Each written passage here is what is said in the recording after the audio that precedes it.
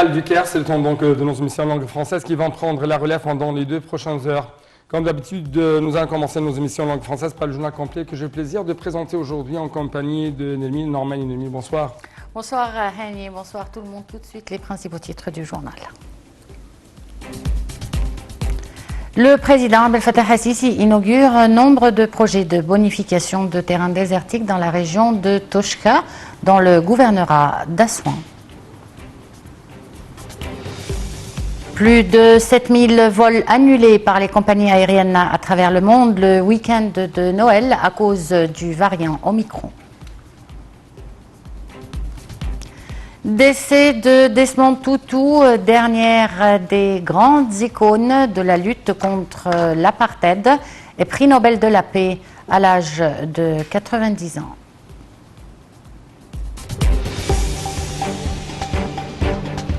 À la une donc, de l'actualité, c'est le président égyptien Abdel Fattah al-Sisi qui a inauguré un nombre de projets de bonification de terrains désertiques dans la région de Toshka, dans le gouvernorat d'Assouan. Ces projets s'inscrivent dans le cadre des efforts déployés par l'État pour réaliser un développement complet. Le projet de Toshka El Khir, élaboré au sud d'Assouan, s'avère comme le plus grand projet de bonification agricole au Proche-Orient et l'un des géants projets nationaux que le président Sisi a réussi à raviver après des années de négligence.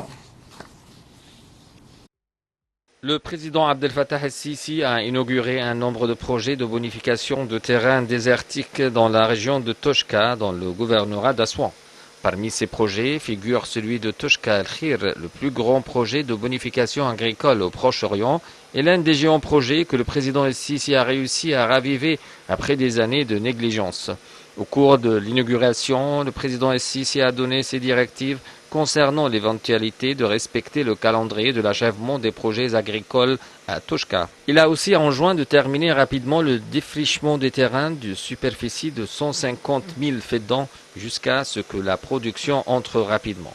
Le chef de l'État a d'autre part indiqué que les eaux utilisées dans la culture des terrains agricoles dans le nord et le centre du Sinaï viennent de la station d'eau de Bahr el-Bakr qui vient d'être construite et où on effectue un triple traitement des eaux usées dans l'agriculture. Selon le président el-Sisi, il s'agit de la première fois de l'histoire du Sinaï qu'on parvient à cultiver 1,5 million de faidans. Saluant les efforts de l'architecte du projet, l'ex-premier ministre défunt Kamel Ganzouri, le chef de l'État a aussi baptisé le nouveau pont de Toshka du nom de l'ex-premier ministre Kamel Ganzouri. Le président el-Sisi a souligné que l'État a créé des conditions favorables pour que ce projet soit une opportunité à saisir de la part des investisseurs. El-Sisi a ajouté que 60% des terrains de Toshka sont disposés à être cultivés et exploités. Le chef de l'État a d'autre part affirmé que tout projet élaboré à Toshka est un projet gigantesque qui équivaut à la fondation du haut barrage. Le président el-Sisi a demandé aux médias de mettre l'accent sur l'ampleur de ces projets pour que l'opinion publique soit consciente de toutes les étapes de ces projets, de leurs frais et des énormes efforts déployés. Dans le même contexte, le directeur de l'organisme de projet du service national, le général Walid Hussein, a souligné que l'État a prouvé que sa vision était réelle en ce qui concerne la mise en place du projet Toshka qui était contesté à l'époque. Lors d'une vidéoconférence, le président el-Sisi a par ailleurs inauguré l'autoroute Toshka-Est de l'Ouainet de 360 km de longueur.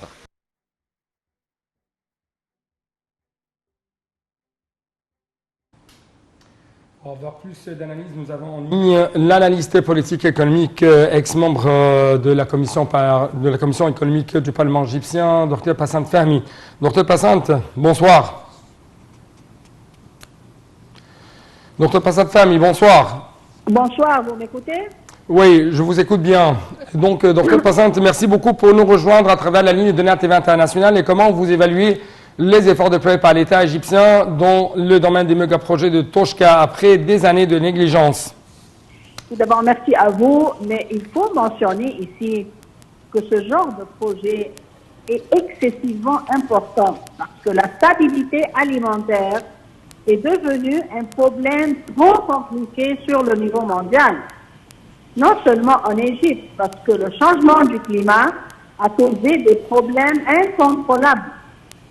Ces problèmes-là attaquent sérieusement la stabilité alimentaire sur le globe, sur la Terre tout entière. Alors, ce genre de projet, et comme vous venez de mentionner, c'est un ancien projet qui a été tout à fait négligé, comme d'autres projets en Égypte, comme le Sud, comme les gouvernorats. Beaucoup de problèmes existent, honnêtement, dans la façon dont l'Égypte a été dirigée. Mais Monsieur le Président a une vision assez claire, non seulement de l'importance de ce genre de projet pour l'Égypte, mais aussi sur le niveau mondial et régional. Le changement du climat va causer des problèmes incontrôlables sur le niveau de la stabilité alimentaire. Et sans stabilité alimentaire, il n'y a pas de vie. Alors ce projet-là, oui, c'est un ancien projet, mais alhamdoulilah, Monsieur le Président a donné l'importance. Et comme on en voit, ça va affecter positivement tout d'abord la vie des Égyptiens, et aussi la stabilité économique et la stabilité sociale. C'est très important. Ouais. Et nous pouvons, Inch'Allah, avoir d'autres projets du même pas dans le futur prochain. Mais il faut mentionner aussi que ce genre de projet, on a dépensé des milliards. Mais je voudrais toujours mentionner, ce sont des Égyptiens qui travaillent, des paysans, des ingénieurs, des usines égyptiennes, l'infrastructure, ce sont des compagnies égyptiennes. Alors ça développe l'économie d'une minute à l'autre. Oui. Et bien sûr pour assurer une vie honorable et une vie acceptable pour le peuple égyptien. Oui, rapidement, à quel point vous trouvez qu'on peut porter comme titre ces nouveaux projets de développement à la Haute-Égypte, de la souffrance à la renaissance? Exactement. Bien sûr, ça c'est un grand changement. Malheureusement, le Sud a été ignoré, je répète, ignoré pour des décades. Mais maintenant, c'est une région très riche, il y a des jeunes. Alors, ce genre de développement va former, comme M. le Président a mentionné, l'Égypte nouvelle. Vraiment, c'est un nouveau pays. On est en train de voir, les Égyptiens sont en train de construire, et bien sûr, les résultats sont vus par toutes les institutions internationales. Oui. Madame Passante Fahmy, merci beaucoup pour de telles analyses de votre part en ce qui concerne les projets de développement à la Haute-Égypte. Passons justement, chers téléspectateurs, actuellement aux indices de la Bourse du Caire qui ont collectivement clôturé en hausse aujourd'hui, soutenus par des opérations d'achat effectuées de la part des Arabes.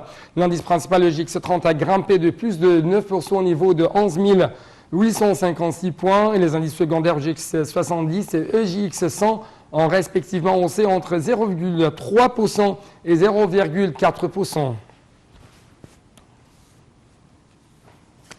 Le ministère égyptien de la Santé a affirmé que les centres médicaux ont commencé à donner aux citoyens une dose de rappel afin de faire face à la pandémie du coronavirus. Toujours dans le cadre des mesures préventives prises par l'État pour faire face aux répercussions du Covid-19, les centres médicaux ont commencé également à vacciner les enfants âgés entre 12 et 18 ans.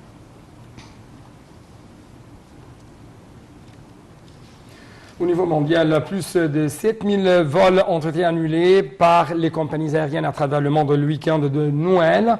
Le variant Omicron du Covid-19 qui continue sa progression fulgurante, perturbant les voyages pendant les fêtes, avec notamment des pilotes en quarantaine. L'Europe est actuellement la région qui enregistre le plus de cas dans le monde, avec 3 22 868 cas les 7 derniers jours, soit 57% du total mondial, ainsi que le plus de décès suivis de la zone, comprenant les États-Unis et le Canada. La France a notamment franchi samedi, jour de Noël, la barre de 100 000 nouveaux cas de Covid-19 en 24 heures, du jamais vu, alors que le gouvernement doit réévaluer la situation lundi. Selon le dernier bilan des sites FlightAware, on comptait dimanche près de 2000 annulations de vols, dont plus de 570 étaient